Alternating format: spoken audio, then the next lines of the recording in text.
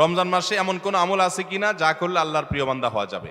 ভাইরা আমার, এই প্রশ্ন উত্তরে আমি বলতে চাই, রমাদান মাসে আল্লাহর নৈকট্য লাভের জন্য যে সুযোগটা তৈরি হয় এটা বছরের অন্য কোনো মাসে হয় না। সেটা কিভাবে?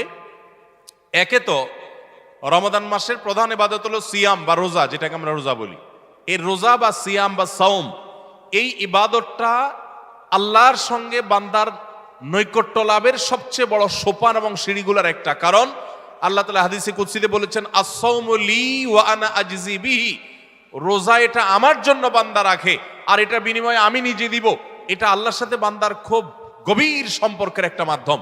এই জন্য রোজা রেখে আপনি কোনো হারাম কাজ যদি না করেন, ঝগড়াঝাটি না করেন, মিথ্যা প্রতারণা না করেন, সকল গুনাহ থেকে বাঁচার চেষ্টা করেন, এটা আল্লাহর নৈকট্য লাভের সবচেয়ে বড় মাধ্যম হবে। দ্বিতীয় উপায় হলো, আমরা রমজান মাসে সাহরি খাওয়ার জন্য ভোর রাতে সবাই উঠি, ঠিক না বেঠিক?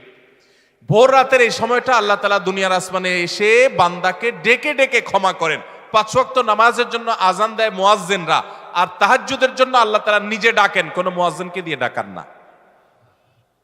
আল্লাহ রাব্বুল আলামিন দুনিয়া আসমানে এসে বান্দাকে ডেকে ডেকে বলেন, আলা মিন মুবতালান ফাউআফি আলা, আলা মিন মুস্তাগফিরিন ফাগফির আলা, তোমাদের মধ্যে কেউ ক্ষমা প্রার্থনাকারী আছে যাকে আমি ক্ষমা করব?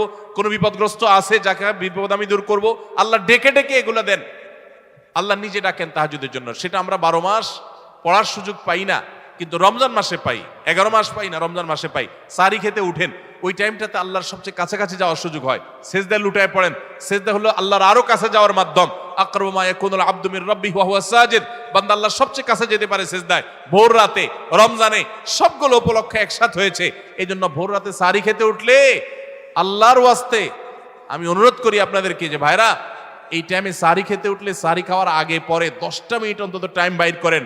লাইটটা বন্ধ করে দিয়ে আলো আধারিতে সেজদায় পড়ে যান, 2 রাকাত নামাজ পড়েন, একটু দোয়া করেন। শুধু সাহরি খেলেন আর চলে গেলেন মসজিদে না, এই টাইমটাতে একটু দোয়া করেন।